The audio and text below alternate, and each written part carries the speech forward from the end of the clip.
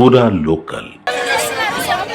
ఈరోజు ఎంఐఎం ప్రాబల్యం ఉన్న ప్రాంతాల్లో రేషనలైజేషన్ చక్కగా జరగలే. 20,000 ఓట్లకి 22,000 ఓట్లకి డివిజన్ చేశారు. మరి మా ప్రాంతాల్లో 60,000కి 70,000కి కొన్ని ప్రాంతాల్లో 80,000 కూడా ఓటర్లు ఉన్నారు. మరి అట్లా డివిజన్లు ఉంటే మోసపోయేది హిందువులు.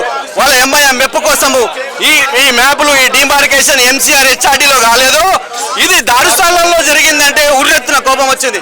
మరి నిజమా కాదా? మరి 1,34,00,000 మంది కనుక డివైడ్ చేస్తే 44,000 ఓటర్లు వస్తారు. మరి ఎందుకు 20,000 ఓట్లకు ఒక డివిజన్ అయ్యింది? ఎందుకు మాకు 60,000 ఓట్లు ఉన్నాయని చెప్పి మేము ప్రశ్నిస్తున్నాం. ఇది మేము ఒప్పుకునేది లేదు. తప్పకుండా దీన్ని ఏ విధంగా అడ్డుకోవాలో అడ్డుకుంటాము.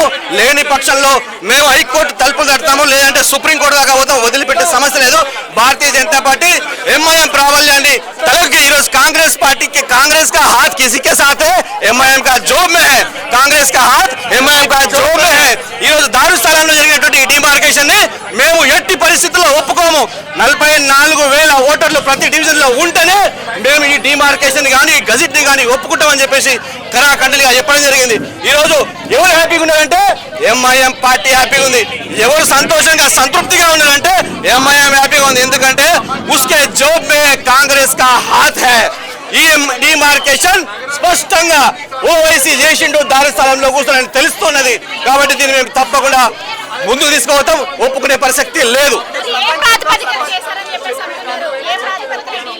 మేము అదే అడుగుతున్నాం, మీ రేషనలైజేషన్ అంటే మరి 44,000 ఓట్లు ఉండాలి కదా, మరి ఎందుకు లేవు అని అడుగుతున్నాం. దానికి కళ్ళబొల్లి కబుర్లు చెప్తూ దానికి ఇష్టం వచ్చినటువంటి నేషనల్ రిసోర్స్ అని డిమార్కేషన్ కి ఏదో చెప్తారు. దానికి సంబంధం లేని విషయం.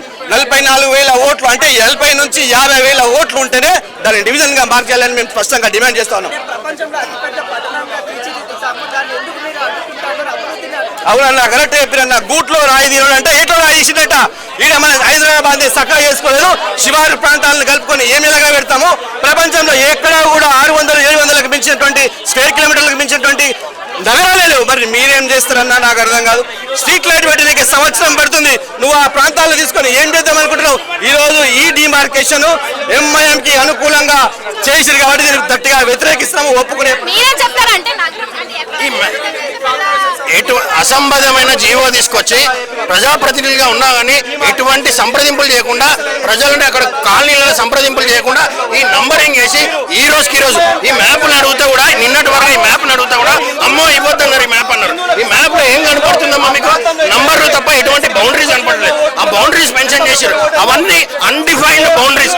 దీన్ని కేవలం మైనారిటీ సంతుష్టికరణ విధానాల కోసం, ఎంఐఎం పెప్పు కోసం, ఇది హైదరాబాద్ సిటీని కేవలం ఇస్లామిక్ సిటీగా మార్చే కుట్రనే కాంగ్రెస్ ప్రభుత్వం. మొన్న రేవంత్ రెడ్డి అయితే చెప్పిండో ముస్లిం అంటే రేవంత్ కాంగ్రెస్ ప్రభుత్వం అంటే ముస్లిం, అది రుజువు చేసే ప్రయత్నమే ఆ కుట్రలో భాగంగా ఈ యొక్క డీలిమిటేషన్. దీన్ని పూర్తిగా వ్యతిరేకిస్తున్నాం.